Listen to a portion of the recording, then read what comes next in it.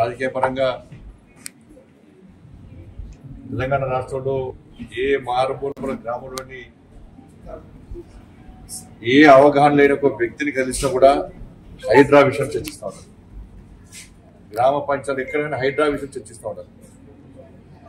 హైడ్రా విషయంలో బాధపడడం పాపం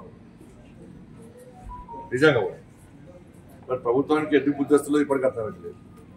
సోషల్ మీడియా ద్వారా ప్రత్యక్షంగా పరోక్షంగా ప్రజల నుంచి విమర్శలు వస్తున్నప్పుడు కూడా, ప్రజల నుంచి వ్యతిరేకత వస్తున్నప్పుడు కూడా ప్రభుత్వము అధికారులతో పత్రికా విలేకరుల సమావేశాలు పెట్టించి వార్నింగ్లు హెచ్చరికలు జారీ చేసేటువంటి స్థాయికి దిగజానం ఇంతకన్నా మూర్ఖత్వం ఇంకోటి కాదు.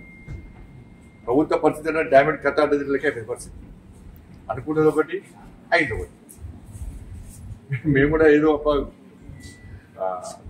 ఏదో ఉద్ధరిస్తారవచ్చు అని చెప్పి మేము కూడా మొదట భావించడం. మేము కూడా ఒక పెద్ద బిల్డింగ్ కొట్టి మిగతా కూడా ఒకటి ఇంద్రమ రాజ్యం అంటున్నాడు. మళ్ళా ఏం ఇంద్రమ రాజ్యం?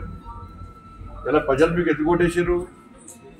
6 గ్యారెంటీలు చూసి అరే ఇంద్రమ రాజ్యం చేస్తామని చెప్పి మీరు హామీ ఇస్తే ప్రజలు మీకు నమ్మి ఓటేసారు.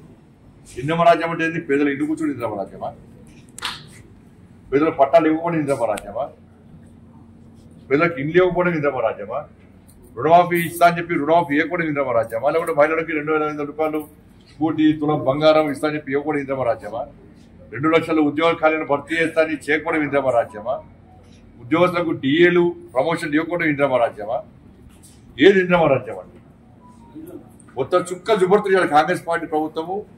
చుక్క జుబర్తు పేద ప్రజలకు. మనం చూస్తే ఎంత బాగా అనిపించింది. ఇంటికి కూడా తోరణానికి వాడిపోలే. వారం రోజుల ముందు గృహప్రవేశం చేస్తే వారం రోజుల తర్వాత వచ్చి కూర్చేసారు.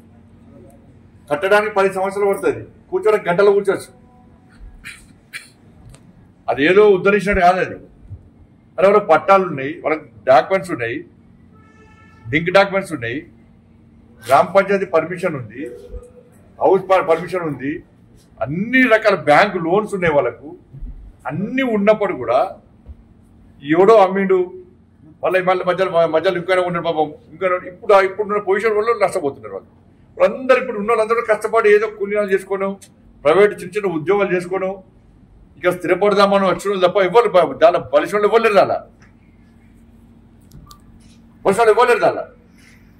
కిరాయికున్న వాళ్ళు కూడా రాత్రి చెప్పకుండా మొత్తం ఇల్లు కూల్చేస్తే వాళ్ళు ఏడుకోవాలి.